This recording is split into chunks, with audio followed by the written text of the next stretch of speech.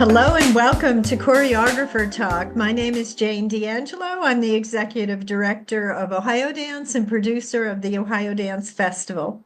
Today, our guest choreographer is Grisette Demas Roche, and she is joined by dancer Amy Schofield.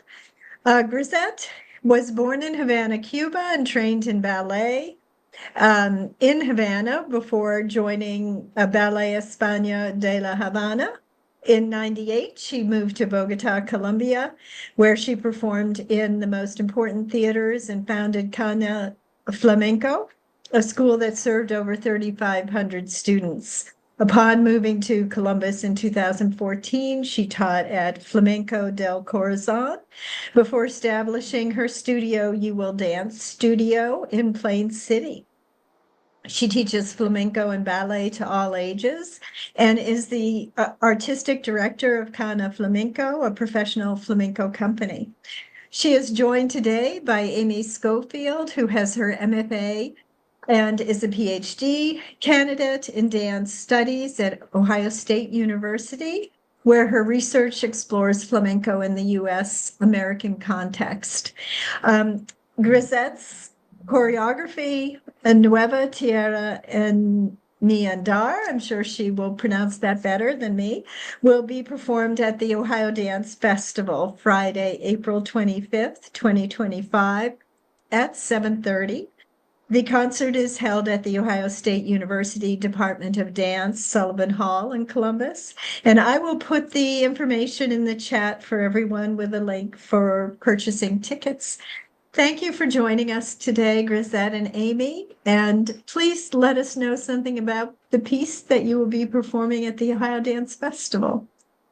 Por supuesto, gracias Jane por la oportunidad de poder hablar de danza, en especial de flamenco. Thanks, Jane, for this opportunity of letting us talk about dance and especially talk about flamenco. Como mencionabas antes, soy la directora y coreógrafa de la compañía Caña Flamenca. Me gustaría mencionar que la compañía está compuesta por 3 bailadoras, que son Amy, Sofía y Grisette, y 2 músicos, porque en el flamenco es muy importante la música en vivo, como es el guitarrista Peter y el cantador Omar. Like you mentioned before, Jane, Grisette is the director of her company, Caña Flamenca, and the company consists of 3 dancers, Grisette, myself, Amy, and Sofia, and 2 musicians. Music is very important in flamenco. Our 2 musicians are our guitarist, Peter, and our singer, Omar. La idea de una vez más estar en el festival, que además nos encanta, pensamos que es ya nuestro festival, perdón Jane, fue Amy, estábamos en un evento haciendo un tablado flamenco en Barcelona Restaurant, la compañía, y Amy vino y me dijo, hey, nos vamos a presentar este año, ¿verdad? Nuevamente al Festival de Coreografía, y yo, pues claro. We're very excited to present in the festival again. We love presenting in this festival. And then Grisette joked that we now feel like it's our festival. Sorry, Jane, but it's ours now. And the idea for this piece came about when we were doing a tablao show at the restaurant Barcelona in German Village. And backstage at the performance, I asked, are we going to, submit an application to perform again at the Ohio Dance Festival? And Grisette said, well, yes, of course. Y entonces Amy vino y dijo, ¿qué tal si hacemos esta vez una seguirilla? Y yo, ¡oh! ¿Una seguirilla? No puedo creer. Bailar seguirilla para mí es muchísimo respeto. Y entonces Amy me mencionó que el tema era relacionado con la pandemia y inmediatamente dije, sí, claro, tenemos que hacer una seguirilla para poder abordar el tema de la pandemia. So I said backstage, what if we did a seguirilla? And Grisette said, to dance seguirilla is something that you need to do with so much respect, and it's a really deep rhythm. We're going to talk about that a little bit later. And so I mentioned the theme of this year's festival, which is resurrection, right? Resurgence, rather. And And so we were thinking about the pandemic and those connections between resurgence and the pandemic. Y de ahí ya después ya fue muy fácil decir nueva tierra en mi andar, porque creo que es todo lo que pasó después de la pandemia es nuevo, y tierra es la tierra que caminamos con las cosas nuevas, es decir, todo lo que se siembra nuevo, y en mi andar es nuestro camino, el camino que hemos seguido para seguir después de la pandemia. So for us, it made sense to do this piece that's called Nueva Tierra en mi andar, because it's like everything after the pandemic was nueva, it was new, right? And then the tierra is like the earth, everything that's underneath our feet, right? And then nuestro andar is like our pathway. So it's like this sort of newness in the path that we're taking. Y ya después hablamos con el maestro, con Peter, y Peter dijo, sí, tú, Grisette, tú creas todo lo que quieras, que yo sigo atrás y hago toda la composición musical. So we talked to Pete, our guitarist, and Pete said, yes, make whatever kind of dance you want, and I will follow you with this music. So. Tenemos mucha suerte. Yes, we have a lot of luck that we have such a fabulous musician. Por aquí escribí alguna cosita, entonces pues para ustedes hoy sí, puse que las primeras manifestaciones del flamenco surgieron en la cueva de Andalucía, y el flamenco ha evolucionado a lo largo de los años. Vivimos en un mundo en constante cambio, y todo lo que nos rodea influye en nuestro proceso creativo. En el 2020 nos enfrentamos a una pregunta crucial: ¿cómo podemos seguir creando arte en medio de una pandemia mundial? So we wrote a little bit, so we're going to talk some more about the piece. And so Grisette has said that flamenco's first manifestations were born in the caves of Andalusia, and they have evolved over many years.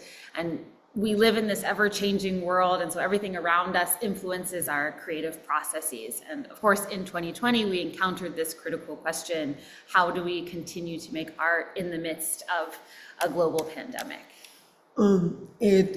Primero yo me reuní con Emi y Sofía y les pregunté si tuvieran que resumir la palabra pandemia con una palabra, ¿qué diríamos? Entonces yo dije, para mí fue completamente un ordenador. Emi mencionó, para mí fue totalmente una mascarilla, y Sofía dijo, yo no puedo resumir la pandemia en una palabra. Yo simplemente puedo decir que yo me gradué y no pude estar con mis amigos y familia un día muy importante de mi vida. So we were talking and asking ourselves, if you could sum up the pandemic in one word, what would it be? And so for Grisette, it was a computer. And for me, I said a mask. And our other dancer, Sophia, she couldn't sum it up in one word, but for her it was about graduating from school and not being able to have her friends and her family there in person on this really important day. Y basado en estos comentarios, pues ya empecé a tener muchísimas ideas de cómo incorporar, por supuesto, pasos y todo este drama a nuestra coreografía. La coreografía tiene muchísimo drama. So based on these ideas, we were making material, and we were trying to make this dance, and of course, like putting in steps into these ideas. And so the choreography it has a lot of drama. Es decir, al recordar la época del confinamiento, recuerda que sentí es decir, casi estuve, creo que dejé de bailar, ya no quise más bailar, pero no sé, hubo una fuerza por allá que me dijo, tienes que seguir, y pues nada, seguí, y dije, ¿de dónde busco inspiración? ¿De dónde? Entonces, pues empecé a tomar un poco de clases con la gente de España online, y el perseverar y el volver hizo que dijera, bueno, listo, voy a seguir adelante con esto, y bueno, ha venido un día tras de otro, y por eso estoy aquí. Ha sido un camino difícil después de la pandemia, pero aquí seguimos luchando por el flamenco.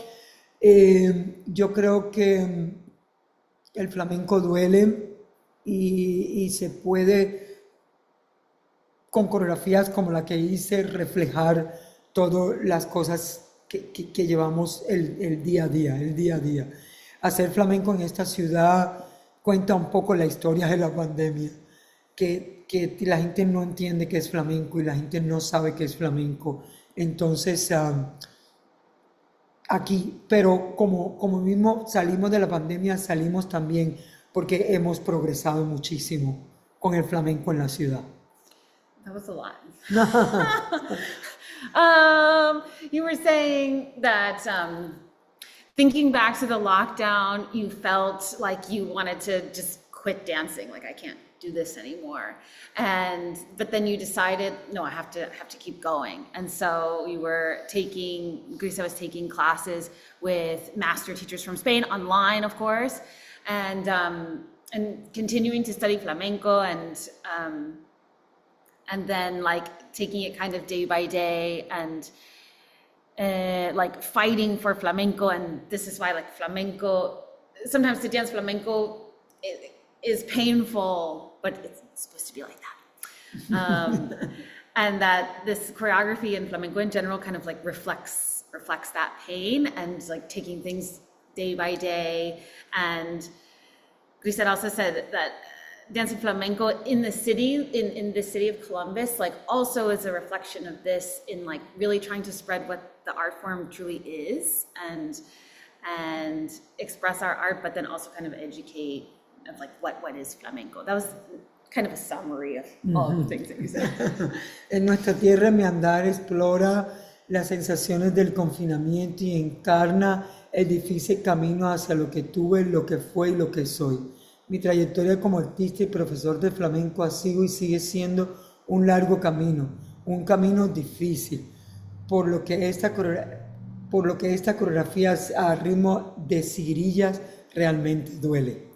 So this piece, Nueva Tierra en Mi Andar, explores like the feelings of confinement and lockdown, and it embodies this difficult path of what was and what is now and what wasn't before. And so this, our trajectory as artists and as a flamenco professor and teacher, like has been and continues to be a really long and difficult road, right? And so this choreography in this rhythm of seguiria, it kind of shows that pain. And then I wanted to add that, so the rhythm of seguiria belongs to this genre of flamenco rhythms that's called cante hondo, it's deep song. And so these, like, they're these deep, sad, emotional styles that often convey these feelings of loss, of grief, of loneliness. And what I think is really beautiful about the seguiria and other cantes hondos is like, it doesn't attempt to mask these feelings. It's kind of like the blues, right? So in voicing them and embodying them, you feel them and then you get to work through them. And then eventually there's a catharsis and then you find this kind of path forward. And hopefully you can see that in our bodies in like the weighted quality of the choreography that I think shows like sadness and pain, but also shows like strength and rootedness, so that we can like be with each other and support one another. So there's kind of a double thing going on. La pandemia realmente me dejó la pérdida de una amiga y estudiante del estudio que llevaba muchos años bailando, que se llamaba Marsha. Y ella, su familia me dejó despedirme de ella antes de su muerte y ella dejó escrito que Grisel, por favor, baila por las dos. Y ella, su mensaje ha estado después de la pandemia como presente en mí de que yo tengo que bailar por las dos. Nuestra compañía Caña Flamenca también ha sido muchísima inspiración a seguir porque ellos realmente la compañía tiene mucho amor por el flamenco y me transmite eso todos los días. Y también debo mencionar, y no porque esté a mi lado, es que siempre me he podido apoyar en Emi, ha sido muy grande para poder estar aquí donde estoy. So during the pandemic, one of Grisette's friends and students passed away from COVID, and so her family was able to, she was able to say goodbye, and her family told Grisette when they were in the hospital that that Grisette has to dance for both of them now. I'm crying. Sí, muy triste. And so this dance and like continuing to do this company and so this is like what Grisette is doing and why she keeps going. And then so Caña Flamenca is like the manifestation of those desires to keep on dancing for herself, but for others who cannot. And then she also said something really kind about me and the way that we support each other in doing this. A lot, yes, a lot. And, That's beautiful, beautiful.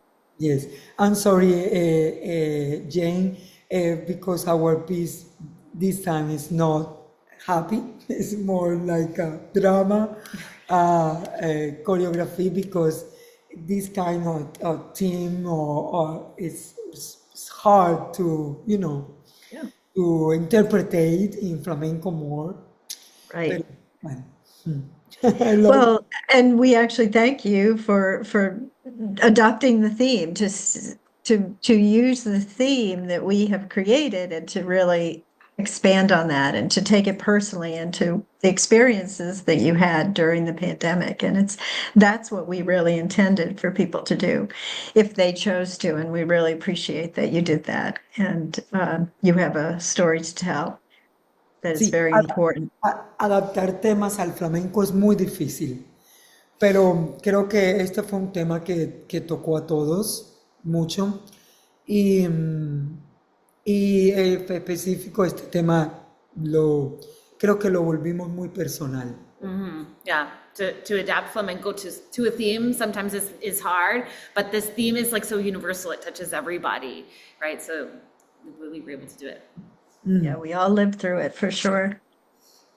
Well, thank you so much for sharing that information, because that helps to explain the piece even more. And it really puts it into context for people too that may not understand or have experienced flamenco dance before. So I appreciate this explanation for people.